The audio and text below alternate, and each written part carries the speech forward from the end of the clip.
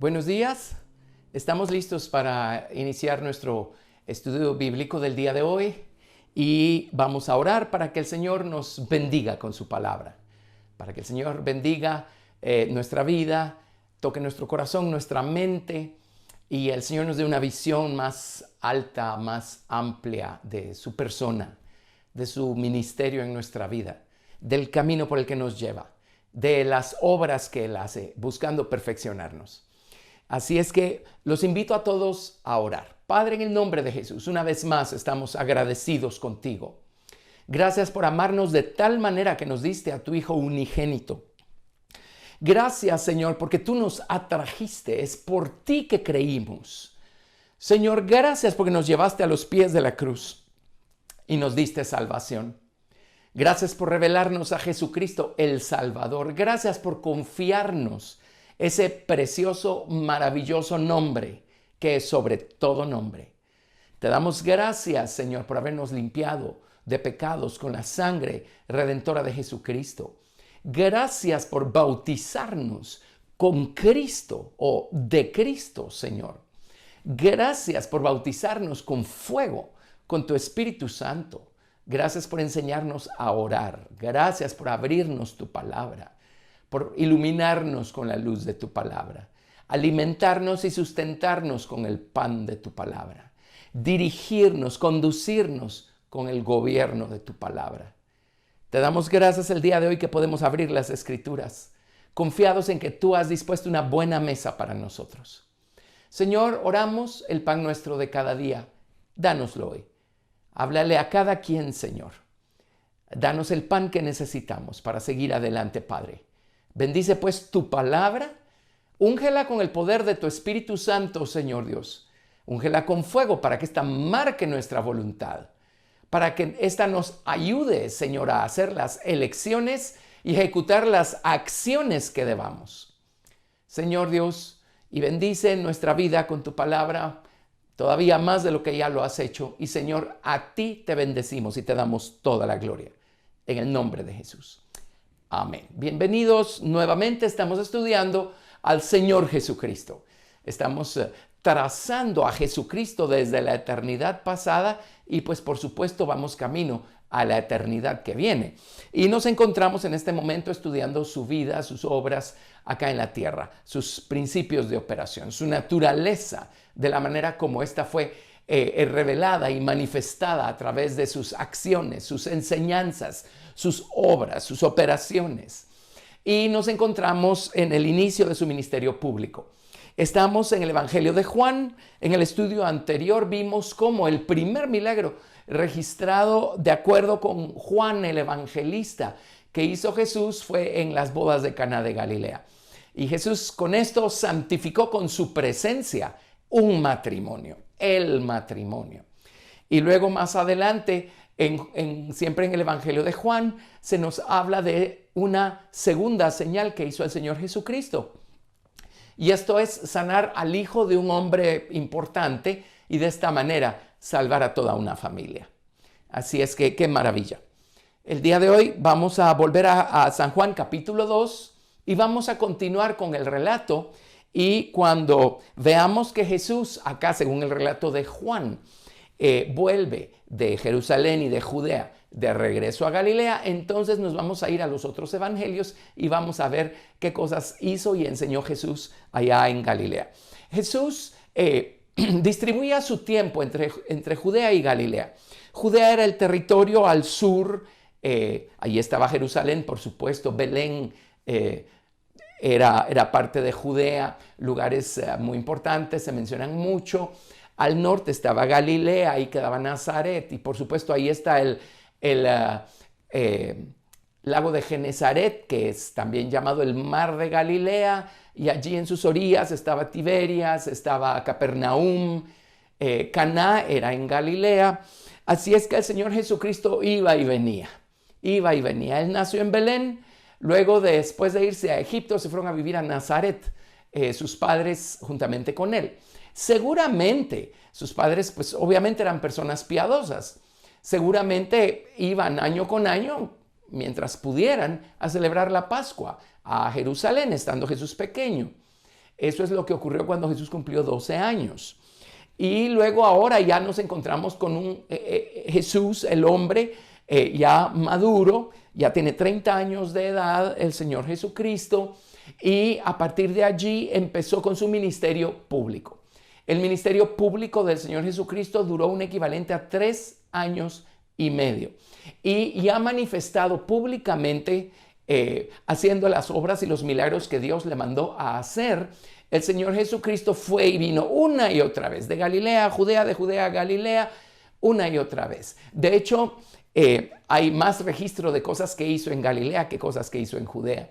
Pero ambas son vitalmente importantes. Y en esta ocasión, en San Juan capítulo 2, después de haber santificado con su presencia esta boda que se celebró en Caná de Galilea, era la época de la Pascua, la temporada de la Pascua. Así es que Jesús subió a Jerusalén. Note usted que cada vez que en la Biblia se hace referencia a ir a Jerusalén, siempre es subir a Jerusalén, subir a Jerusalén.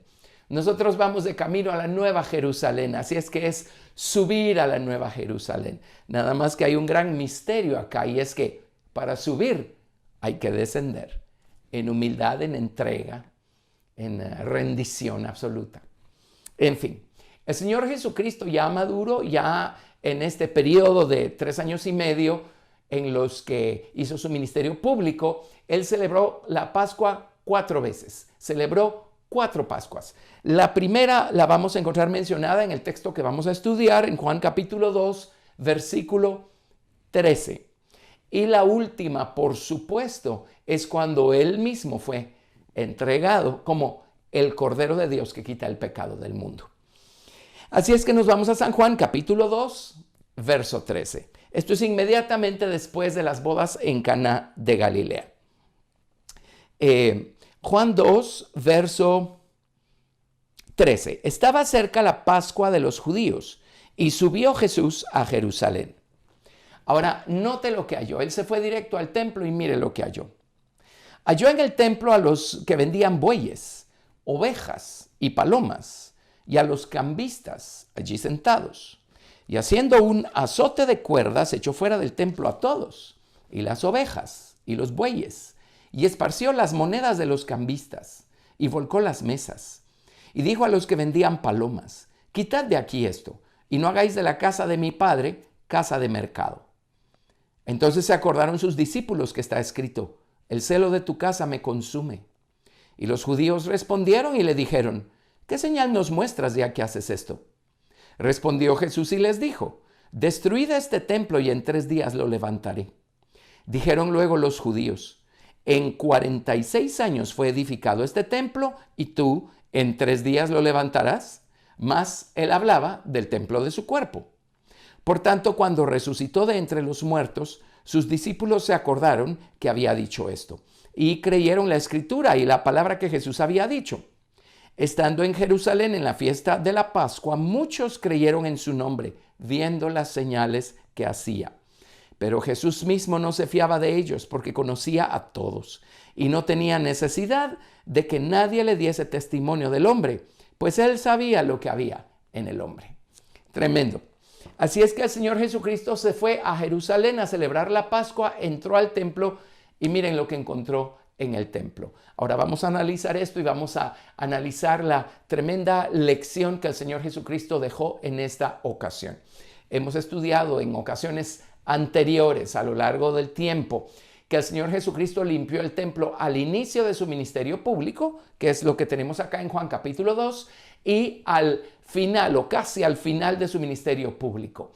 De hecho, al final de su ministerio público, si prestamos atención a los detalles, lo más seguro es que limpió el templo 2 veces, porque en el Evangelio de Mateo vemos al Señor Jesucristo subir a Jerusalén, ir al templo, limpiarlo, salir, maldecir la higuera camino a casa y regresar al templo al día siguiente. Pero en el Evangelio de Marcos vemos a Jesús subir a Jerusalén, ir al templo, observar, salir, maldecir la higuera, ir a casa a pasar la noche y regresar al día siguiente y limpiar el templo. Así es que aparentemente lo hizo 2 veces al final y hay razones.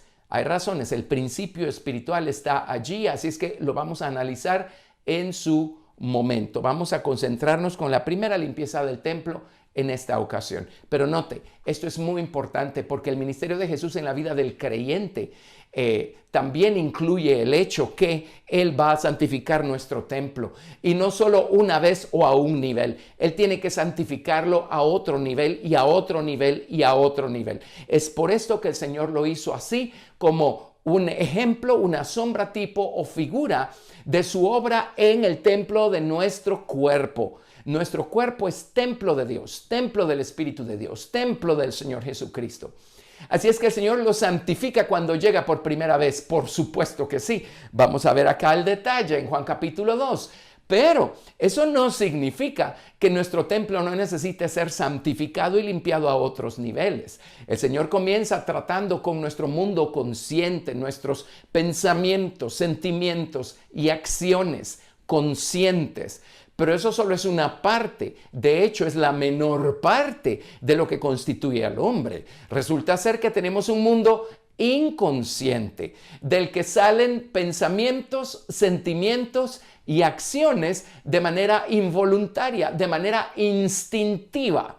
Hay muchas cosas a las que reaccionamos sin haber pensado primero cómo debíamos reaccionar. Sale automático. Bueno, ese es nuestro mundo inconsciente y el Señor necesita limpiar nuestro mundo inconsciente también, que es de donde se genera mucho de nuestras malas acciones, malas actitudes y ni siquiera nos damos cuenta, son automáticas. Pues Él nos ama tanto que Él va camino a limpiarnos también a esos niveles y a esas profundidades. Por eso es que yo no tengo ningún problema en pensar que al inicio santificó el templo una vez, pero al final de su ministerio público lo hizo 2 veces. Muy bien, así es que regresemos a Juan capítulo 2 y vamos deteniéndonos en los detalles acá. Jesús limpió el templo enseñándonos a nosotros cómo limpia Él nuestro santuario personal y de qué cosas tiene que limpiar Él nuestro santuario personal. El Señor tiene que limpiarlo de actitudes y tiene que limpiarlo de acciones que cometemos. Así es que regresemos y ahora vámonos despacito, interrumpiendo acá las porciones que vamos a ir analizando. Nuevamente, Juan capítulo 2, verso 13. Estaba cerca la Pascua de los judíos y subió Jesús a Jerusalén y halló en el templo a los que vendían bueyes, ovejas y palomas y a los cambistas allí sentados. Este es todo un sistema que habían establecido los sacerdotes en esos días en Jerusalén, en el templo, y especialmente los días de fiesta. Imagínense ustedes cuántos cientos de miles de personas visitaban la ciudad de Jerusalén y el templo en los días de fiestas, en los días de la Pascua. Hay quienes han calculado que llegaban 1 millón de personas a la ciudad de Jerusalén en esos días. Entonces, imagínense ustedes el negocio que podía eso representar. Ahora, ellos tenían que presentar sus ofrendas delante del Señor, sus ofrendas por el pecado y sus holocaustos y sus ofrendas de paces.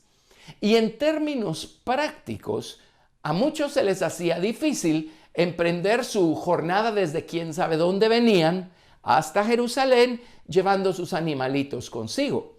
Así es que, qué mejor, qué más práctico que llevar dinero y saber que en el templo iban a venderles los animalitos.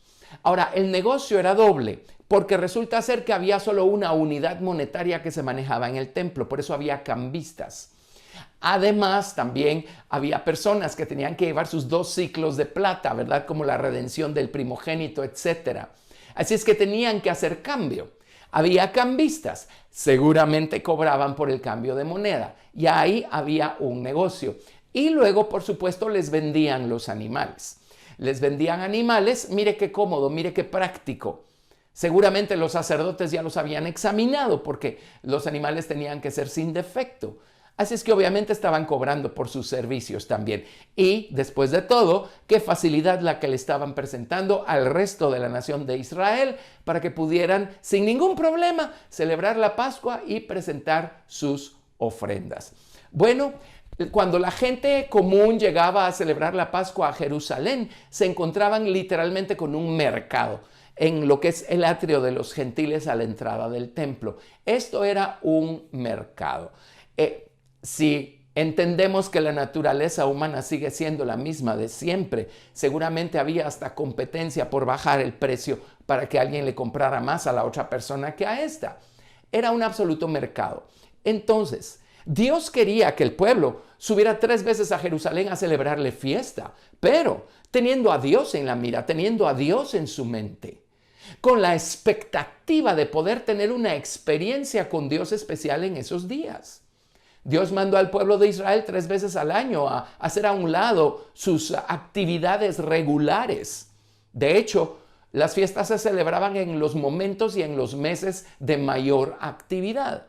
La Pascua, los panes sin levadura y las primicias se celebraban en el mes en donde se sembraba la semilla y empezaban a brotar los primeros brotes que tenían que ser llevados como primicia al templo. Luego, 50 días después tenían que regresar a Jerusalén y celebrar la fiesta de las semanas, Shavuot o Pentecostés. Y aquí ya tenían que traer las primicias de sus primeras gavillas, ¿verdad? Entonces también tenían que cesar de trabajar en una época muy ocupada de su vida. Y luego, unos meses después, en lo que sería lo equivalente más o menos al mes de octubre, en otoño, para la época de la cosecha, imagínese usted, para la época de la siega, tenían que regresar a Jerusalén y celebrar la fiesta de las trompetas, la fiesta de la expiación y la fiesta de los tabernáculos. En invierno Dios no les pedía subir, pero invierno también era un mes en el que no había actividad agrícola o ganadera, pues por el clima. Por eso, entre paréntesis, es imposible que Jesús haya nacido en diciembre, porque los pastores estaban allá afuera con sus ovejas. Si hubiera sido esto en diciembre, probablemente se hubieran congelado. Pero, en fin, ese no es nuestro tema. El hecho es que ellos tenían que subir a Jerusalén y había salmos que cantaban de camino a Jerusalén. Recordarán que a partir del Salmo 120 encontramos 15 salmos que se llaman cánticos graduales. Y narra la historia que los judíos cantaban estos salmos subiendo a Jerusalén a celebrar las fiestas. Y luego cuando llegaban al atrio del templo se encontraban con 15 escalones que tenían que ir subiendo. Entonces allí se detenían y recitaban y cantaban nuevamente estos 15 salmos, ¿verdad? Y uno de ellos era: yo me alegré con los que me decían, a la casa de Jehová iremos. Qué maravilla es ir a un lugar en donde la presencia de Dios está, se manifiesta, con el corazón, con la mente, con la voluntad dispuestas, puestas en Dios y dispuestas para adorar al Señor y para recibir del Señor. Así debe ser nuestra actitud, nuestro corazón, nuestra mentalidad cada vez que tengamos que congregarnos en la iglesia. Estamos viviendo en un momento en la historia en el que no podemos congregarnos porque estamos en medio de una pandemia. Pero ya llegarán los días en los que volveremos a la casa de Dios. Mire, cuando vamos con la actitud correcta, cuando vamos con hambre, vamos a recibir el alimento que necesitamos. Cuando llegamos con sed, vamos a beber de las aguas que van a saciar nuestra sed. ¿Se acuerda? Un día llegó una mujer sirofenicia, ya lo veremos en los evangelios, con Jesús. Su hija estaba gravemente atormentada por un demonio. Y Jesús le dijo, pues no está bien servir el pan de los hijos a los perros. Ahora, eso tiene una explicación que lo veremos en su momento. Y la respuesta de ella fue: sí, maestro, pero hasta los perros se comen las migajas que caen de la mesa de los amos. Esa migaja le ganó el que su hija fuera liberada en ese momento. La migaja. Si nosotros vamos con suficiente hambre y sed a la presencia del Señor, a la iglesia en donde se manifiesta su gloria, pues Dios está en todos lados. Hoy la iglesia es nuestra casa, porque no podemos hacer otra cosa más que adorar al Señor en casa mientras duren esta emergencia sanitaria. Pero cuando vamos nosotros a la casa de Dios o cuando vamos a la presencia del Señor o en casa, cuando apartamos un tiempo para buscar y servir al Señor. Si vamos con el hambre suficiente, una migaja va a ser suficiente para sanarnos, para liberarnos, para levantarnos. Amén. Pero imagínese usted, contrario a eso, ir a la casa de Dios buscando hacer negocio, como era el caso de los sacerdotes y de quién sabe cuánta más gente que estaba involucrada en la venta de animales y en el cambio de moneda ahí en el templo. Imagínese ir a la casa de Dios solo buscando ver qué negocio hago, buscando ver qué ganancia obtengo, buscando ver si llegó el fulano o la sutana porque le voy a proponer un negocio o tiene algo que darme a mí o voy a pedirle algo. Imagínese usted, con esa clase de mentalidad no vamos a encontrar a Dios y no vamos a recibir de Dios lo que Dios quiere darnos. No digamos, no vamos a llevarle a Dios lo que Dios quiere que le demos. Nuestra alabanza sincera y nuestras oraciones. O, igualmente, cuando llevamos el comercio a la casa de Dios y cuando estamos aprovechándonos de la situación, porque pues sabemos que allí se congrega mucha gente, y luego pues vamos a ver qué les vendemos y qué hacemos para obtener ganancia. Cuando hacemos esto estamos dejando de santificar nuestra mente, nuestro corazón, nuestra voluntad, nuestras intenciones. Cuando estamos haciendo esto, estamos dejando de santificar el lugar al que vamos, el momento o la actividad a la que vamos. Estamos dejando de santificar a Dios. Estamos perdiendo de vista por completo la razón por la que vamos allí, por la que estamos allí. Y eso es lo que había hecho la nación de Israel en días de Jesús con estas acciones que estaban cometiendo ellos. O sea, a Dios ya no importaba, lo que importaba era el negocio, lo que importaba era la ganancia. La gente que llegaba al templo no llegaba con la actitud correcta, la gente que servía en el templo no estaba allí con la actitud correcta, todo se había convertido en un negocio. Así es que Jesús vio eso y en el verso 15, San Juan capítulo 2, verso 15, haciendo un azote de cuerdas echó fuera del templo a todos, y las ovejas y los bueyes, y esparció las monedas de los cambistas y volcó las mesas. Y dijo a los que vendían palomas, quitad de aquí esto. Ahora, el Señor Jesucristo no golpeó a nadie. El Señor Jesucristo no estaba para eso y no está para eso. El Señor Jesucristo debe haber tomado algunas de las cuerdas que utilizaban para arriar el ganado y meneando las cuerdas arrió el ganado. Nada más que los sacerdotes arriaban el ganado para meterlo en el templo. Jesús arrió el ganado para sacarlo del templo y de paso sacó a todos los cambistas y a los comerciantes y todo aquello. El Señor Jesús los sacó de allí. Ahora ellos tienen que haber tenido un grado de conciencia para entender lo que Jesucristo estaba haciendo. Allí no lo reprendieron, aunque por supuesto enfureció a los fariseos, a los escribas y a toda esa gente religiosa. Por supuesto que sí. Pero, perdón, él sacó de allí los animales, sacó de allí a la gente y volcó las mesas de los cambistas. En otras palabras, estaba mostrando su desagrado también al hecho que tenían cambio de moneda allí en el templo. Para los discípulos esto debe haber sido una sorpresa, porque Jesús no había manifestado este lado de su naturaleza, sino hasta ahora, el celo de Dios en él.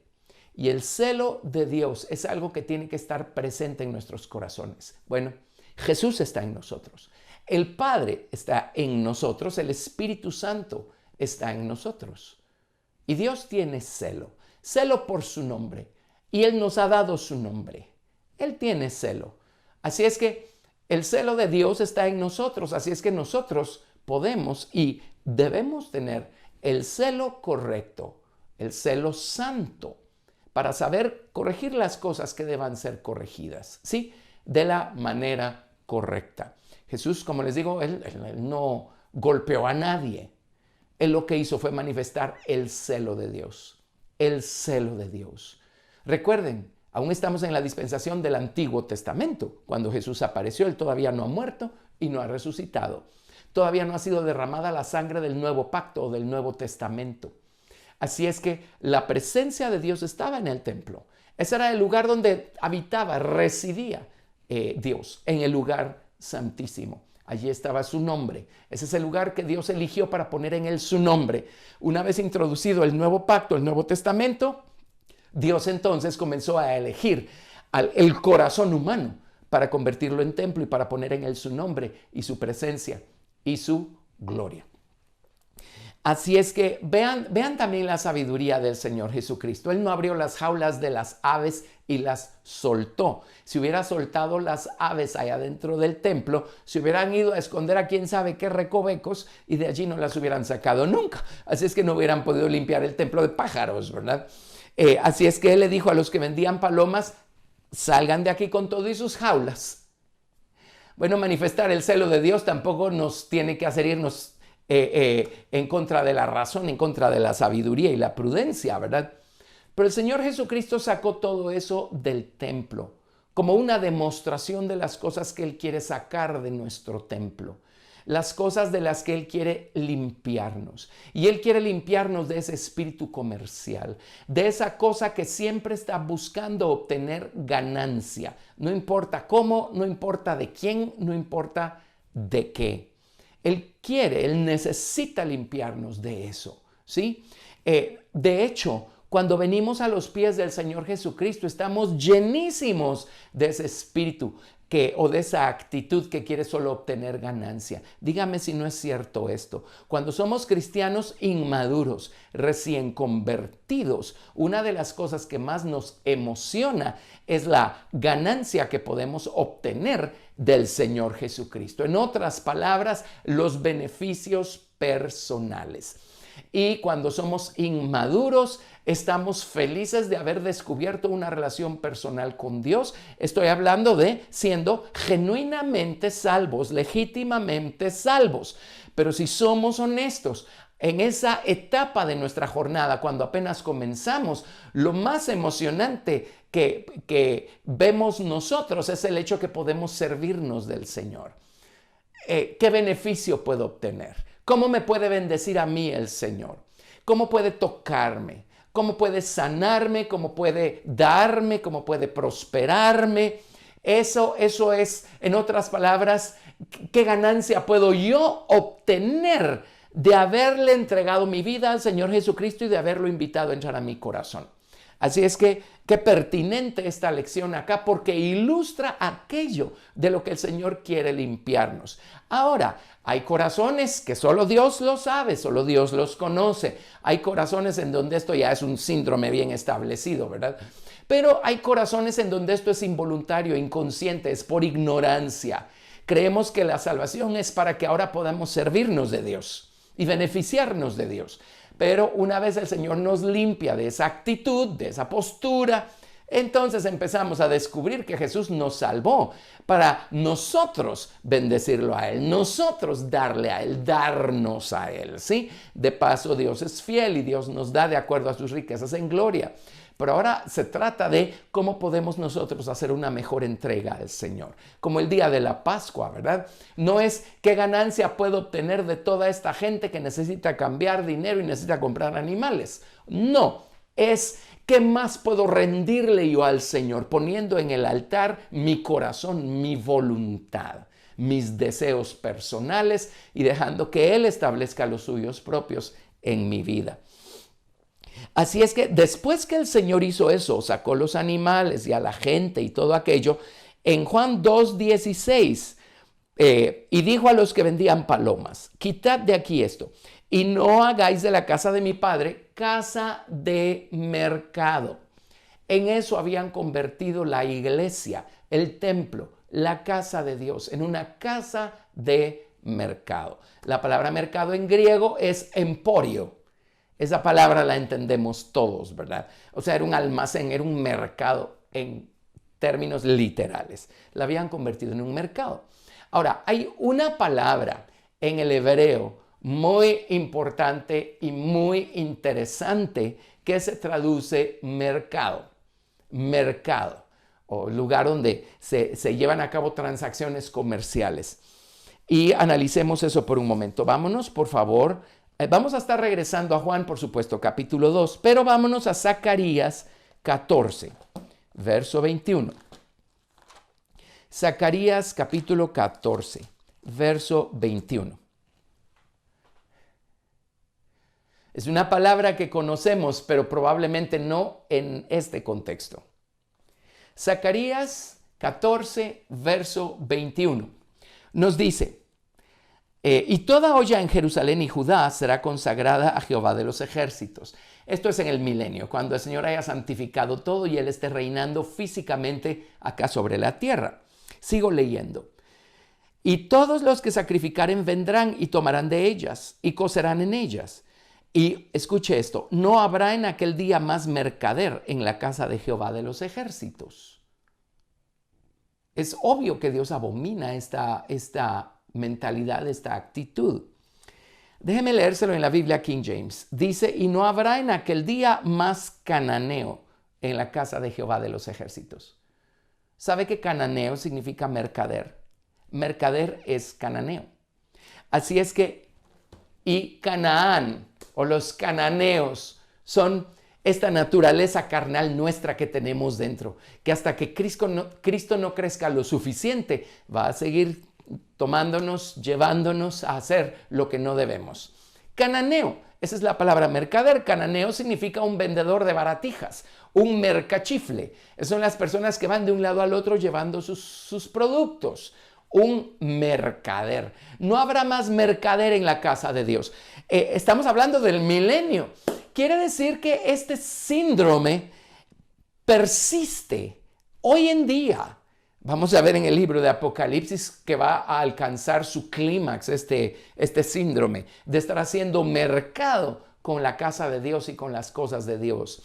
Pero este síndrome persiste. Cuando sea el milenio, gracias a Dios, ahí ya no va a haber más cananeo en la casa de Dios. Ya no va a haber más mercader. En otras palabras, la mentalidad carnal de los hombres no va a ser la que esté moviéndolos y moviendo sus acciones. Ahora nosotros no tenemos que esperar al milenio para que eso suceda. Nosotros somos las primicias de Cristo. Hoy tenemos que crucificar nuestra mentalidad carnal.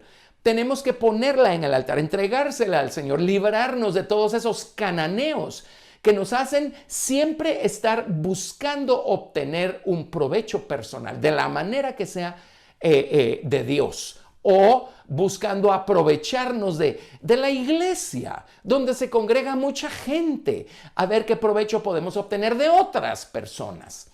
Ese es el cananeo que habita en nosotros. Tenemos que librarnos de ese cananeo.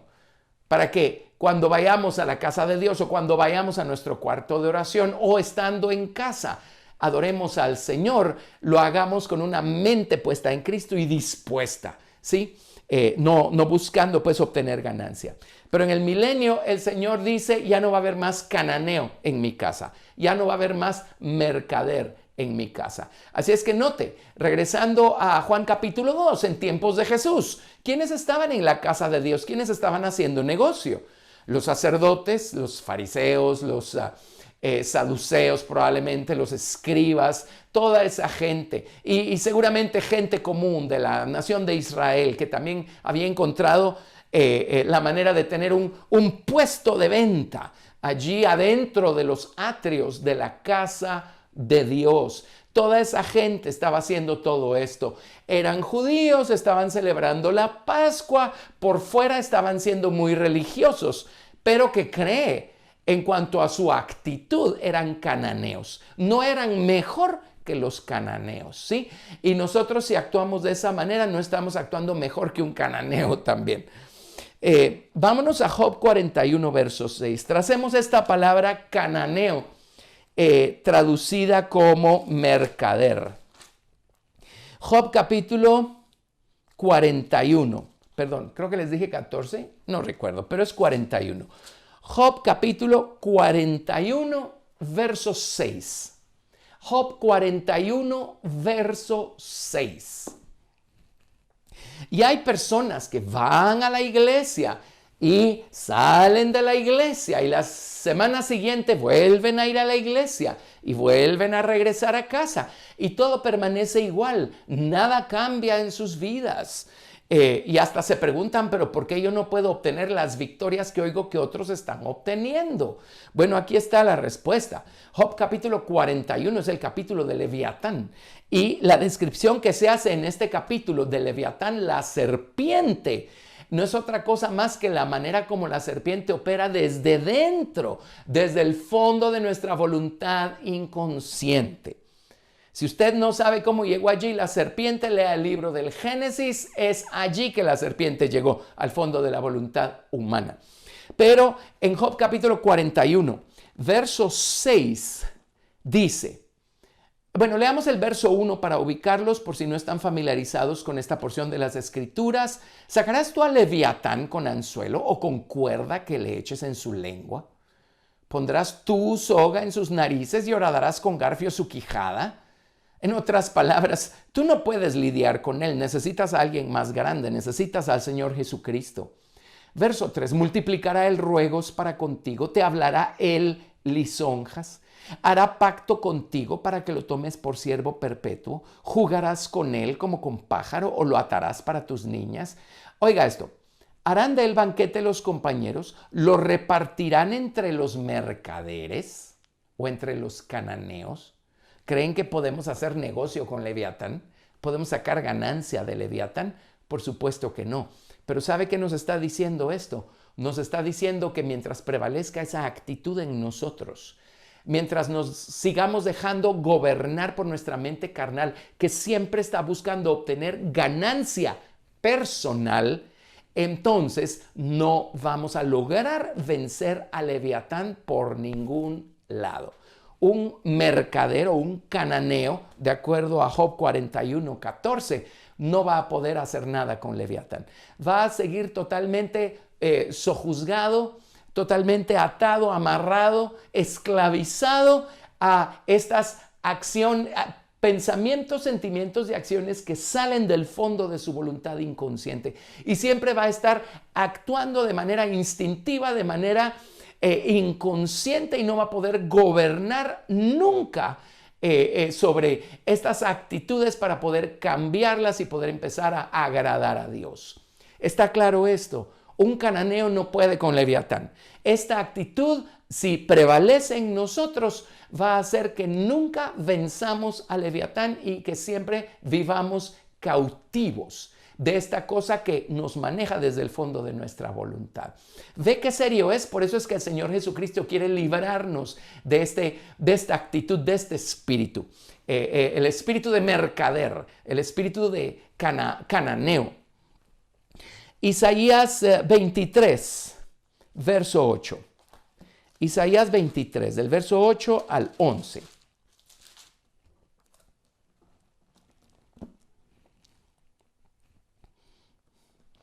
Leemos acerca de la famosa ciudad de Tiro.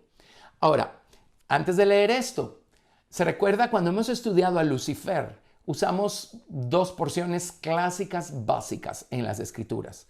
Nos vamos a Ezequiel capítulo 28 y nos vamos a Isaías capítulo 14. ¿Se acuerda que en Ezequiel 28 le está hablando al rey de Tiro? Había un rey físico, natural, un hombre, quien era el rey de Tiro.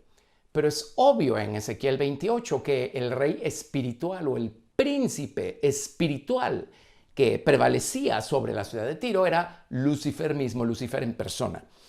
Así es que en Isaías capítulo 23 del 8 al 11 leemos acerca de Tiro. Y mire lo que dice. Isaías 23 del 8 al 11. ¿Quién decretó esto sobre Tiro? La que repartía coronas, cuyos negociantes eran príncipes, cuyos mercaderes eran los nobles de la tierra. La palabra mercaderes aquí, cananeos.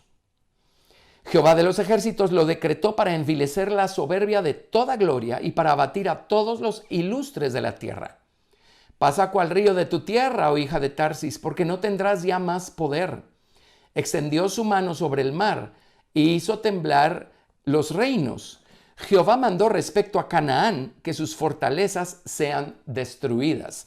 Ahora note, en el versículo 11, la Biblia King James dice, Jehová mandó respecto a la ciudad mercader que sus fortalezas sean destruidas. Así es que Tiro tenía este problema. Tiro era una ciudad clásica en cuanto a este síndrome. Dios destruyó la ciudad de Tiro. Lucifer en persona, Satanás era el que gobernaba la ciudad de Tiro. Y uno de sus más graves problemas que la metió en problemas era este espíritu cananeo, este espíritu de mercader. Así es que Dios destruyó Tiro precisamente por eso. Y el problema con la ciudad de Tiro es que la gente engrandecía, enaltecía, celebraba este problema, este síndrome del cananeo. Dice, los nobles en la ciudad de Tiro eran estas personas, los cananeos. Dice, no refiriéndose a los habitantes de Canaán, refiriéndose a los que tienen este espíritu de mercader, a aquellos que andan viendo cómo obtienen una ganancia personal y andan compitiendo por ver que la ganancia personal de uno sea más grande que la ganancia del otro. Esa era la gente a quienes engrandecían y celebraban los de Tiro. Entonces Dios dijo, pues yo voy a tener que enseñarles que ese nivel de orgullo no está bien. Así es que vino Dios y destruyó la ciudad de Tiro y eventualmente lo hizo de manera completa. Así es que aquí ven ustedes este espíritu. Vámonos a Oseas capítulo 12, verso 7. Y van a ver cómo Dios acusa ahora a su propio pueblo de tener esta actitud. Oseas capítulo 12, verso 7.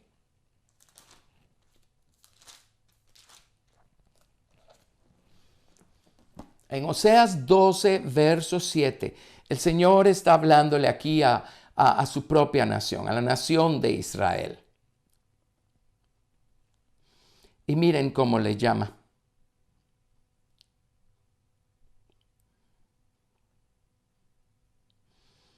Oseas capítulo 11. Estoy buscando un poco de contexto acá. Bueno, leamos desde el verso 1. Eso nos va a dar un buen contexto. Oseas 12, a partir del verso 1. Efraín se apacienta de viento y sigue al solano. Mentira y destrucción aumenta continuamente, porque hicieron pacto con los asirios y el aceite se lleva a Egipto. Pleito tiene Jehová con Judá para castigar a Jacob conforme a sus caminos. Le pagará conforme a sus obras. En el seno materno tomó por el calcañar a su hermano y con su poder venció al ángel. Venció al ángel y prevaleció. Lloró y le rogó. En Betel le halló y allí habló con nosotros. Mas Jehová es Dios de los ejércitos. Jehová es su nombre. Tú pues, vuélvete a tu Dios. Guarda misericordia y juicio y en tu Dios confía siempre.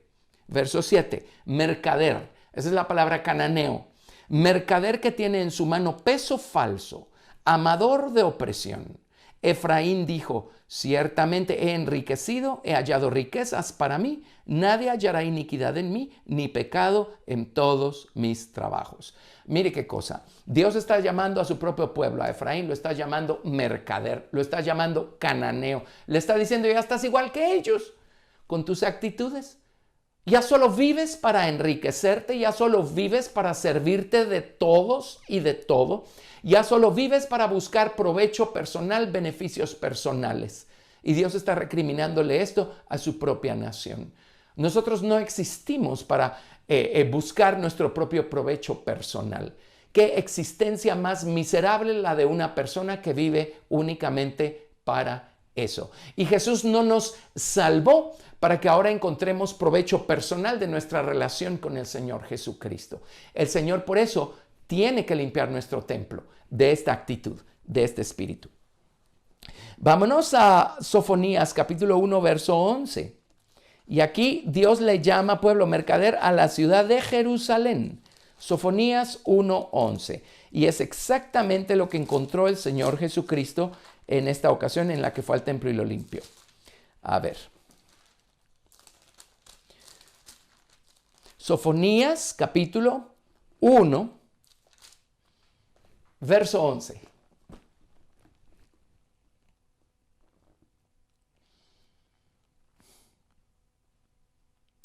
Tal vez Igualmente busquemos un poquito de contexto.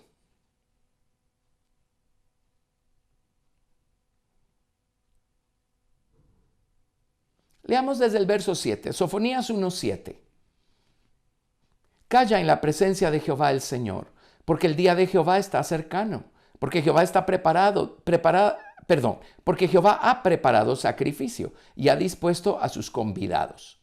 Y en el día del sacrificio de Jehová castigaré a los príncipes y a los hijos del rey y a todos los que visten vestido extranjero, o vestido extraño, ¿verdad? Asimismo castigaré en aquel día a todos los que saltan la puerta, los que llenan las casas de sus señores de robo y de engaño. Y habrá en aquel día, dice Jehová, voz de clamor desde la puerta del pescado. Estas son las puertas de Jerusalén. Y aullido desde la segunda puerta y gran quebrantamiento desde los collados. Aullad, habitantes de Mactes. Mactes era un lugar dentro de la ciudad de Jerusalén. Aullad, habitantes de Mactes, porque todo el pueblo mercader, la palabra ahí es cananeo, todo el pueblo mercader es destruido. Destruidos son todos los que traían dinero. Leamos el verso 12. Acontecerá en aquel tiempo que yo escudriñaré a Jerusalén con linterna y castigaré a los hombres que reposan tranquilos como el vino asentado, los cuales dicen en su corazón, Jehová ni hará mal, ni hará bien, ni hará mal. Le está hablando a la ciudad de Jerusalén y le dice, ciudad mercadero, cananea, ¿verdad? Pueblo cananeo. Voy a destruir al pueblo cananeo, al pueblo mercader. Tremendo. ¿No habrá relación entre esto y el mensaje a la iglesia de la Odisea en el libro de Apocalipsis? Por supuesto, hay diferentes puntos de vista para entender el mensaje a la iglesia de la Odisea. La Odisea es la última de 7 iglesias que menciona allí el libro de Apocalipsis en los primeros capítulos. Y por supuesto fueron iglesias literales y tenían problemas y allí son mencionados y abordados los problemas. Pero este mensaje es más trascendental que únicamente un mensaje histórico. Dios nos está hablando a nosotros porque toda la escritura sigue siendo inspirada por Dios y útil para nosotros hoy. Y el mensaje a la iglesia de la Odisea en parte es, tú dices, yo soy rico y me he enriquecido y no tengo falta de ningún bien. Así es que en parte, creo yo, el mensaje a la iglesia de la Odisea está hablando de este espíritu mercader en las iglesias.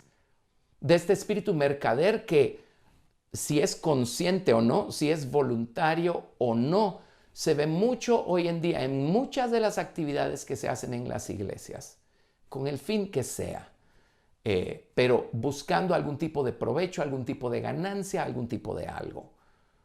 Tenemos que examinarnos a nosotros mismos y tenemos que pedirle a Jesús que nos limpie de cualquier espíritu que nos haga estar buscando ganancia personal o estar buscando encontrar provecho personal, valiéndonos de las cosas de Dios. A lo largo de la historia, pues ha quedado registro, ¿verdad? En los libros de historia, especialmente del movimiento pentecostal, lamentablemente, en el siglo XX, de cuántas personas Dios les dio los dones. Eran personas que empezaron bien con la salvación y fueron bautizados con el Espíritu Santo y Dios derramó sus dones sobre ellos, pero después terminaron haciendo mercancía con los dones. Y después, pues mucha gente pilla, ¿verdad? Que literalmente montaba todo un escenario y todo un teatro y hacía de caso que tenían un gran don de discernimiento y en la entrada, dando la bienvenida a las personas que iban a una gran campaña, había alguien con un micrófono diciéndole al que estaba en la plataforma, ahorita viene entrando una señora que tiene problemas con su pierna derecha y no puede caminar bien. Y entonces venía la otra persona desde la plataforma y decía, señora, usted que está entrando, usted tiene problemas con su pierna derecha y no puede caminar bien. Y de esa manera le sacaban el dinero a la gente. Lamentablemente esto se convirtió en el hazmerreír hasta de Hollywood y han hecho películas en la antigüedad en donde abordan esta situación. Ahora, todo esto se tiene que ir. Jesús necesita limpiar su casa. Amén. Si nos vamos al libro de Apocalipsis, verso 18, no nos vamos a ir al mensaje de la iglesia de la Odisea, Pero nos vamos a ir al capítulo 18. Apocalipsis 18. ¿Y sabe por qué el mundo entero va a estar tan feliz con el anticristo cuando el anticristo aparezca? Porque el anticristo va a ser la personificación de todos los deseos que pueda concebir la mente carnal, el viejo corazón, la naturaleza no regenerada, pecaminosa de los hombres. Por algo esta gente que se mueve en el mundo de las tinieblas tiene un gran mandamiento, ¿verdad? Y ese mandamiento dice, haz lo que quieras. Básicamente lo que significa es, si te gusta, hazlo. Si te trae placer, hazlo. Y ese es el espíritu que está rigiendo al mundo y ese es el espíritu que va a quedar establecido de todas formas en el mundo cuando esté reinando la persona del anticristo. Entonces, la gente impía va a estar totalmente feliz. Van a estar como peces en el agua.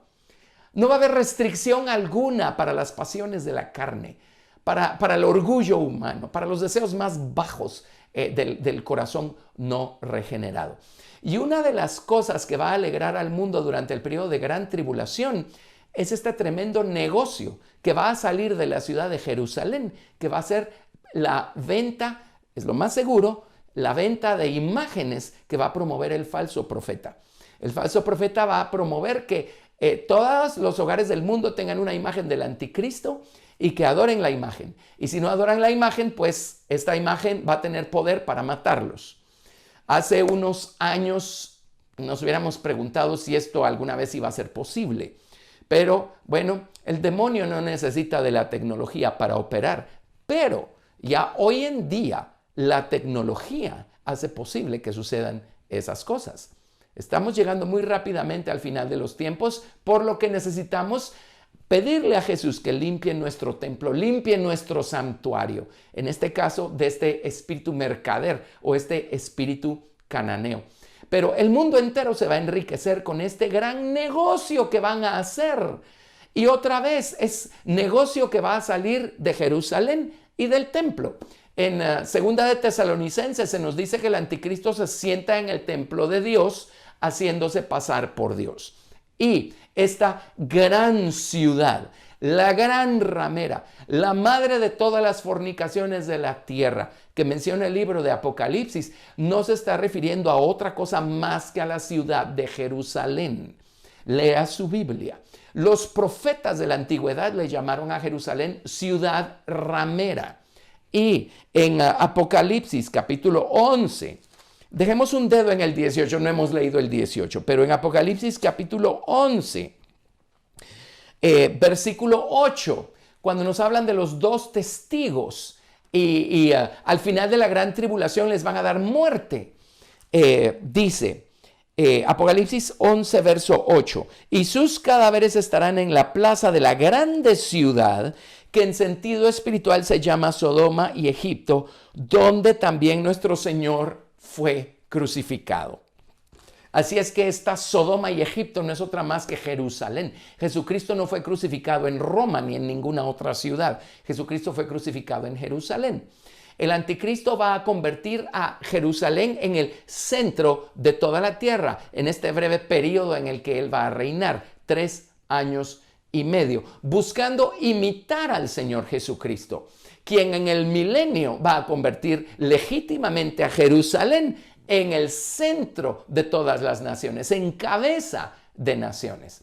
Así es que durante el periodo de gran tribulación va a haber una negociación increíble porque todo el mundo va a querer su imagen del anticristo y todo esto va a salir de Jerusalén. Por eso cuando el anticristo al final traiciona esta ciudad sobre la cual él puso su trono y levanta a los reyes de la tierra para venir a destruir esta ciudad, y incendian la ciudad y sale humo de sus torres, como dice más adelante el libro de Apocalipsis, dice todos los mercaderes de la tierra van a lamentar el humo de esa ciudad porque se les acabó su negocio. Bueno, Dios va a terminar con su negocio, pero este espíritu ya existe, ya prevalece en el grado que sea, y es eso de lo que Jesucristo quiso limpiar el templo en aquellos días.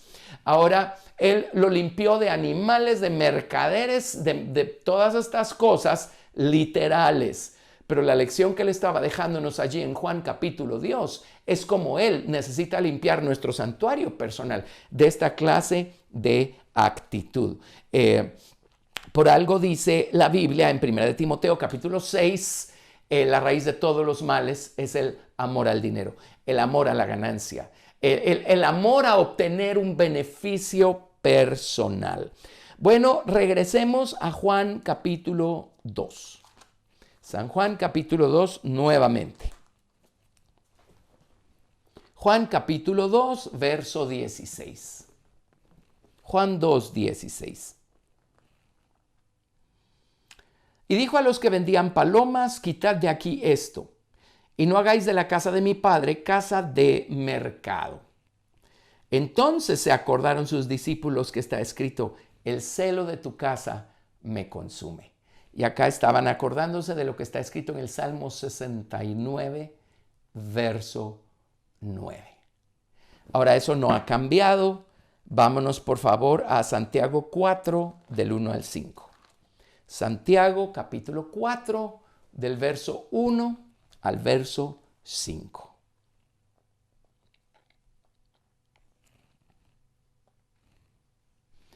¿De dónde vienen las guerras y los pleitos entre vosotros? ¿No es de vuestras pasiones las cuales combaten en vuestros miembros? Codiciáis y no tenéis. Matáis y ardéis de envidia y no podéis alcanzar. Combatís y lucháis, pero no tenéis lo que deseáis porque no pedís. Pedís y no recibís porque pedís mal, para gastar en vuestros deleites o buscando un provecho personal. Verso 4. Oh almas adúlteras, ¿no sabéis que la amistad del mundo es enemistad contra Dios? Cualquiera pues que quiera ser amigo del mundo se constituye enemigo de Dios. ¿O pensáis que la Escritura dice en vano, el Espíritu que Él ha hecho morar en nosotros nos anhela celosamente? El Señor Jesucristo puso su nombre en nosotros desde el día de nuestra salvación. Él tiene celo por ese nombre. Así como el nombre del Padre estaba en Jerusalén, la gloria del Padre estaba en el templo en los días de Jesucristo. El nombre de Dios, su gloria está en nosotros desde el día de nuestra salvación. El Señor tiene celo. Por eso Él quiere limpiar nuestro santuario, quiere limpiar nuestro templo. Es el celo de Dios el que nos dio a Jesucristo para poder ser salvos y para que Él pudiera limpiar nuestro templo. Muy bien, regresemos a Juan capítulo 2. Juan capítulo 2, verso 18. Y los judíos respondieron y le dijeron, ¿qué señal nos muestras ya que haces esto? Respondió Jesús y les dijo, destruid este templo y en 3 días lo levantaré. Jesucristo estaba diciéndoles, miren, todo el tiempo estoy hablando del templo de su ser, pero para que el templo de su ser pueda ser limpiado, es necesario que yo mismo entregue mi templo, mi santuario, mi cuerpo, para ser herido y ser muerto y para que resucite al 3er día por la gloria del Padre. Cuando yo muera y resucite, entonces la provisión va a haber quedado hecha para que Jesús pueda venir al santuario, al templo del hombre y limpiarlo desde adentro. Limpiarlo desde adentro. Así es que solo espérense. Así como yo entré a este templo físico y saqué de aquí este espíritu cananeo, este espíritu de mercancía. Así como yo entré al templo y saqué fuera los animales y los cambistas y todas esas cosas y limpié el templo, así un día yo voy a morir y voy a resucitar y entonces voy a poder entrar al corazón del hombre y limpiarlo desde adentro, limpiarlo de todos los animales que encuentra en el camino, de todas las malas actitudes que encuentra en el camino y especialmente de este espíritu cananeo que solo está buscando obtener provecho personal, ganancia personal, aún de las cosas de Dios. Versículo 22, por tanto, cuando resucitó de entre los muertos, sus discípulos se acordaron que había dicho esto y creyeron en la escritura y la palabra que Jesús había dicho. Cuando conectaron la experiencia con la teoría, tuvieron luz, y entendieron de manera completa. Estando en Jerusalén en la fiesta de la Pascua, muchos creyeron en su nombre, viendo las señales que hacía. Obviamente hizo muchas otras señales, pero Jesús mismo no se fiaba de ellos. Los conocía a todos. Y no tenía necesidad de que nadie le diese testimonio del hombre, pues sabía lo que había en el hombre. Él sabía lo que había en el templo allá en Jerusalén, como no iba a saber lo que había en el templo de aquí adentro, en el Kerev, en el interior del hombre. Pero Jesús estaba preparando el camino para que un día él mismo pudiera entrar al interior del hombre y limpiarlo desde adentro. Bueno, no es primera vez que vemos que el templo es limpiado en conexión con la celebración de la Pascua. Se acordarán de dos reyes en la antigüedad, el rey Ezequías. Él fue un rey que trajo un avivamiento del lado del Espíritu a Israel, a Jerusalén, y comenzó con la limpieza del templo y entonces celebraron una Pascua tremenda. Y luego, un par de reyes después, el rey Josías igualmente hizo volver al pueblo a Dios, trajo un avivamiento en esta ocasión del lado de la palabra, limpiaron el templo y celebraron una Pascua, dice la Biblia, una Pascua como desde la época del profeta Samuel no se había celebrado en Jerusalén. Así es que qué importante es limpiar el templo para poder nosotros comer de la totalidad del Cordero, la totalidad de la estatura de Cristo. Qué necesario es dejar que Cristo limpie nuestro templo para que su preciosa sangre permee y posea la totalidad de nuestro ser. Con razón, Pablo en 1 Corintios, capítulo 11, el capítulo de la Santa Cena, dice, si van a celebrar la cena del Señor, examínense primero. Examínense primero. Y un par de capítulos antes dice, si vamos a comer de Cristo, dice, limpiemos nuestra casa de la mala levadura, la levadura de la falta de sinceridad y de la falta de verdad, y comamos así. Queremos todo el provecho que trae Jesucristo a nuestra vida, dejemos que limpie nuestro santuario primero. Dejemos que limpie nuestro templo primero. Y lo primero que se tiene que ir, de acuerdo a Juan capítulo 2, es este espíritu comercial que está buscando solo el provecho personal. Espero que hayamos aprendido algo. Espero que esto que estamos escuchando nos lleve al cuarto de oración y nos haga examinarnos a nosotros mismos. Pidámosle perdón al Señor por todas esas ocasiones en las que hemos buscado servirnos del Señor Jesucristo. Y Él muy misericordiosamente y bondadosamente se da a nosotros de mil maneras. Pero hay ocasiones en las que Él considera que ya tenemos que crecer. Entonces, de adrede, no nos da lo que estamos pidiendo. Sabe que no estamos pidiendo bien, como leímos en el libro de Santiago. Y porque ese espíritu está en nosotros, nos enojamos con Dios. Porque no lo hizo como yo quería, cuando yo quería, de la manera como yo quería. ¿Lo ven? Eso es evidencia de este espíritu cananeo que todavía hay en nosotros. Vamos al altar y entreguémoselo al Señor. Señor, te entregamos este espíritu cananeo, este espíritu mercader, Señor, que hay en nosotros. Ayúdanos a vivir de tal manera que nuestra vida esté dedicada a darse a ti. Líbranos, Señor, de vivir la vida esperando solo obtener ganancia personal, provecho personal. Enséñanos a darnos a los demás, enséñanos a darnos a ti. Gracias por tu amor, gracias por tu palabra que es tan clara, tan puntual, y gracias por este estudio. Sigue bendiciéndolo en la mente, en el corazón y en la voluntad de todos. Te lo pido en el precioso nombre de Jesús. Amén. Dios los bendiga y hasta la próxima.